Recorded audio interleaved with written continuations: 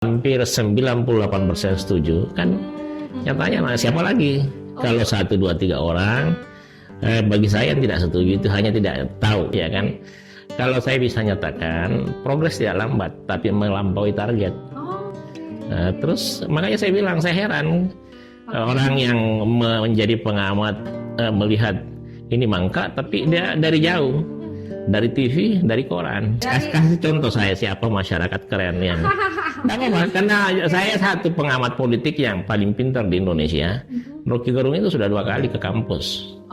Ke Balikpapan. Kalau di Papan. Ke IKN juga. Dia rata-rata tidak pernah ke IKN. Dia lihat dari jauh aja dia. Jadi mereka yang mengamati IKN bahwa itu tidak prospek itu biasa menduga-duga. Kalau menurut saya ya, karena kenapa? Apa yang dinyatakan itu hampir tidak ada yang benar. Iya kan? Atau misalnya bisa mengulang, ada misalnya, oh ini yang oposan kan biasa dengar yang kontra. Apa sih yang dia maksudkan? Sekarang mangkrak tadi saya sudah jawab. Jadi juga saya meluruskan sama semua orang, kalau 17-an di IKN itu sudah dilangsungkan 2 kali. Jadi ini yang ketiga kalinya. Bismillahirrahmanirrahim. Assalamualaikum warahmatullahi wabarakatuh. Sobat-sobat ngabarin kabar terkabar. Semoga selalu dalam keadaan sehat walafiat, serta diberikan rezeki yang halal, berkah, lancar, dan banyak. Setelah membuat Rocky Gerung tak berkutik saat berdebat bersamanya, Rektor Unibah, Dr. Isradi Zainal, masih bingung dengan segelintir orang yang masih saja nyinyirin proyek IKN yang sedang dibangun oleh pemerintahan Presiden Jokowi. Ia mengatakan jika ada yang bilang IKN mangkrak, bahwasannya orang itu hanya tahu dari media saja, tidak pernah ke IKN. Kalaupun pernah, hanya 1 kali saja. Mari kita simak saja videonya bersama. Let's go. Membahas IKN yang pembangunannya, Bapak setuju tidak kalau pembangunannya menuai pro dan kontra? Ya, jadi ada yang bilang pro dan kontra, padahal kalau dilihat proses pembuatannya, proses undang-undangnya kan hampir 90% atau 95% praksi DPR menyetujui. Terus hampir semua lembaga besar, organisasi besar seperti NU, kemudian asosiasi profesi, Persatuan Insinyur, arsitek. Jadi kalau dikatakan pro dan kontra sebenarnya tidak, karena pro-nya lebih banyak.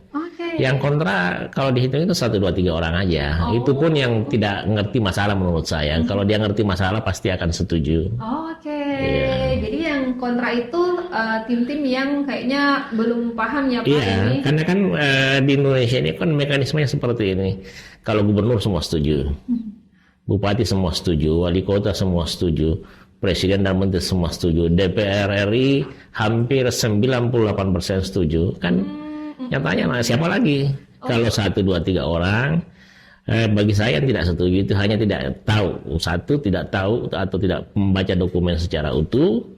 Terus yang kedua tidak pernah ke IKN, karena kalau pernah ke IKN pasti dia akan tahu, karena manfaatnya banyak, iya kan. Jadi yang tidak setuju yang tidak pernah ke IKN, istimewa menghitungan diri masing-masing, pernah ke IKN atau tidak? Sudah pasti hampir pasti tidak pernah ke IKN atau pernah ke sana paling 1 kali. Tidak membaca dokumen khususnya lampiran 2 undang-undang. Terus tidak terlalu berinteraksi dengan masyarakat, terus tidak tahu bahwa dampaknya itu membangkitkan ekonomi Kaltim dan ekonomi nasional. Berarti tidak mengikuti prosesnya ya? Tidak aja. Dia tahu hanya sedikit aja. Jadi pengetahuannya itu masih sedikit ya untuk teman-teman yang hingga saat ini masih kontra. Karena kan sederhana saja. Apa yang mau disanksikan terkait IKN? Semua baik-baik saja, semua sesuai target, semua sesuai dengan apa yang direncanakan. Tidak ada terlambat, dana juga cukup, terus manfaatnya juga ada, ya kan? Karena kira-kira dia tidak setuju karena apa? Kan di situ pertanyaannya, ya kan?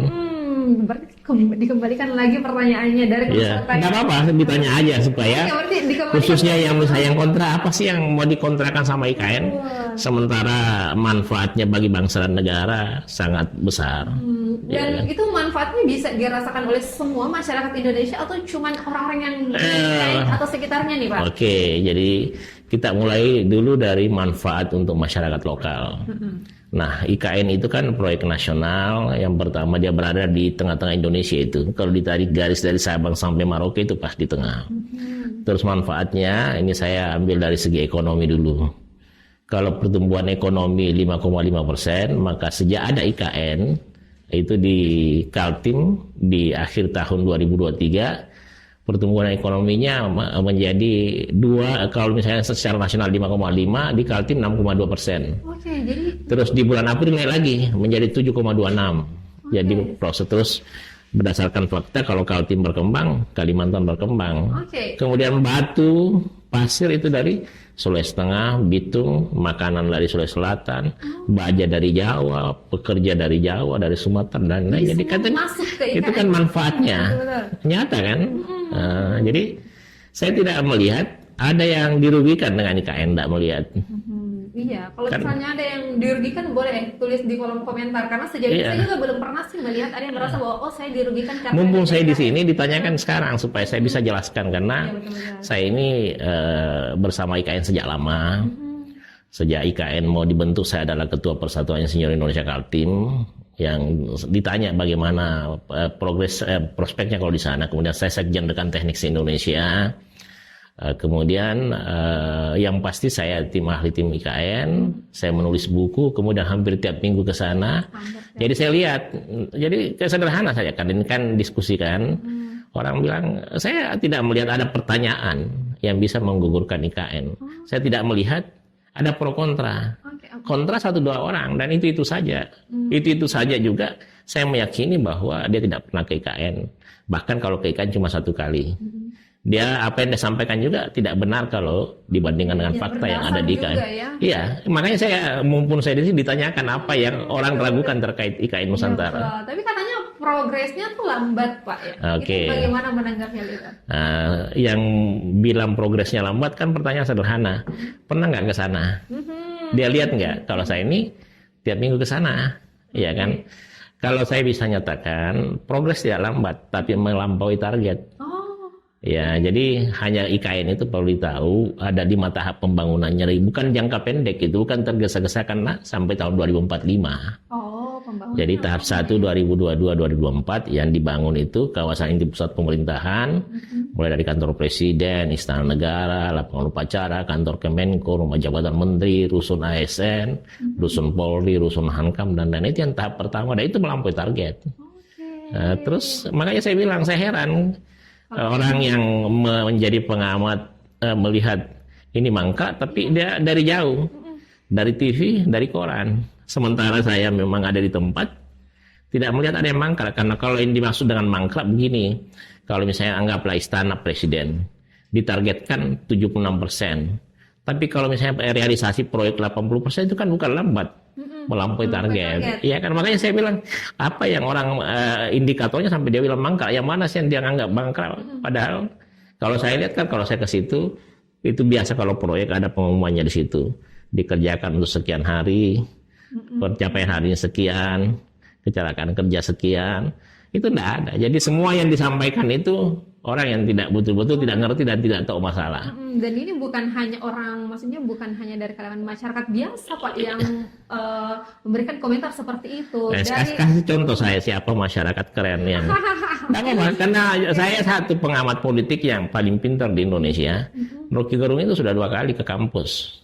Ke Balikpapan. Ke Balikpapan. Ke IKN juga. Dia rata-rata tidak pernah ke IKN. Dia lihat dari jauh aja dia. Jadi mereka yang mengamati IKN bahwa itu tidak prospek itu biasa menduga-duga. Kalau menurut saya ya, karena kenapa? Apa yang dinyatakan itu hampir tidak ada yang benar. Karena makanya saya bilang tanya saya, apa yang menurut pengamat itu benar? Tadi mangkrak. Itu tidak ada yang mangkrak sama sekali. Ya. Dia bilang lagi duit banyak. Bahkan masih ada sampai sekarang. Iya, makanya saya bilang apanya yang mangkrak, apanya yang kurang.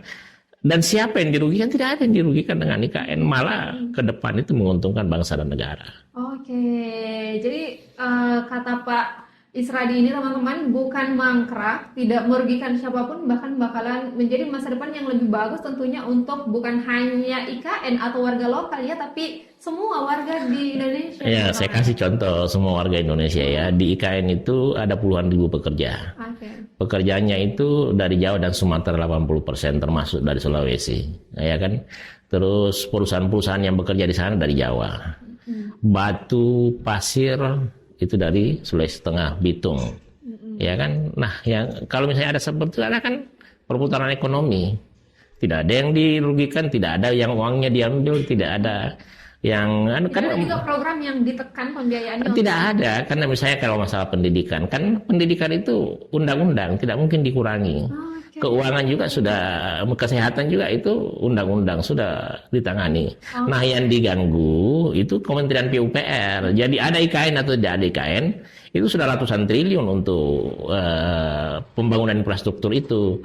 Nah, yang dari situ cuma digeser Ke IKN. ke IKN. Terus kalau misalnya mau bicara duit, Kalimantan Timur itu duitnya untuk Indonesia hampir setiap tahun itu 500 triliun kalau dirata-ratakan.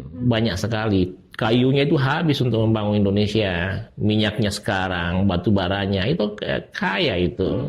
Dan saya heran yang mempertanyakan masa lalu. Kan saya nanya aja.